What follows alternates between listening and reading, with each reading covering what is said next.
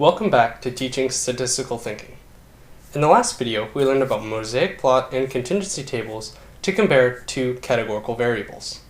Now, we'll compare one categorical variable to one numerical variable. This will take us back to box plots and quantile statistics, which we learned previously. So let's begin.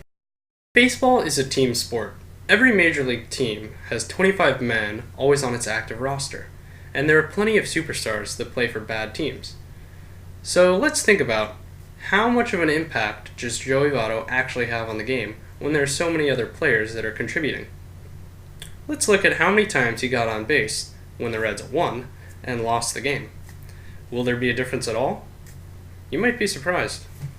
So we're going to say analyze fit y by x, and in the y response column we're going to put times on base. And in the X column, we'll put whether or not the Reds won or lost. And click OK. And this gives us a graph of a dot at every time that observation happened. And this really isn't that useful because we have no idea how many dots are where.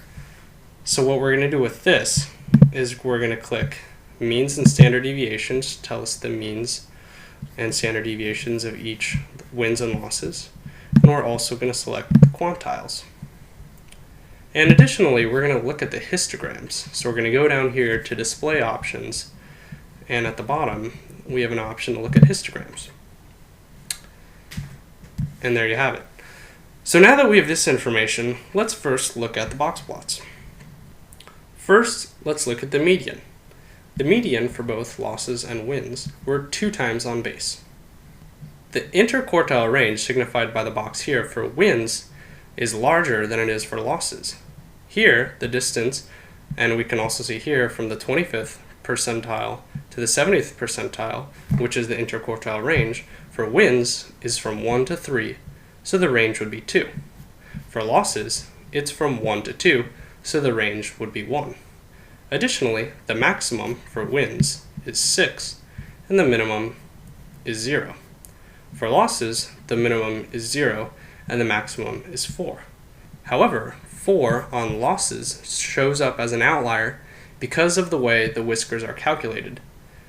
This point is so rare that it is not considered to be within the whisker range. One thing that I want to talk about quickly are these blue lines here. These triple blue lines represent the mean of each of the following categories.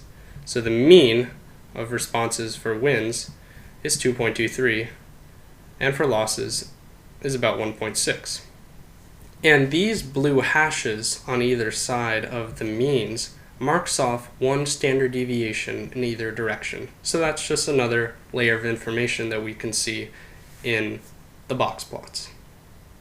Now, just by looking at the interquartile range, we can also predict which response, either a win or a loss, was the standard deviation greater for. And we can do this because wins has a bigger interquartile range, which means the points are less clustered around the mean than for losses. So the average distance away from the mean, which is the standard deviation, will be larger for games that the Reds won than lost. And we can prove this by looking at the numbers here. The standard deviation of times on base that Joey Votto had for wins was 1.17 and for losses was 1.07. Additionally, looking at the histograms here on the right, we can also see that there's a greater spread for wins.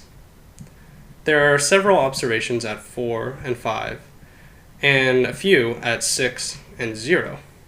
Whereas for losses, the observations are much more clustered around 1 and 2, as there are no observations that fall at 5 or 6.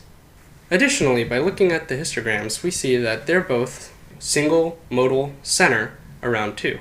And this is good because it really doesn't look like there are that many outliers in either category.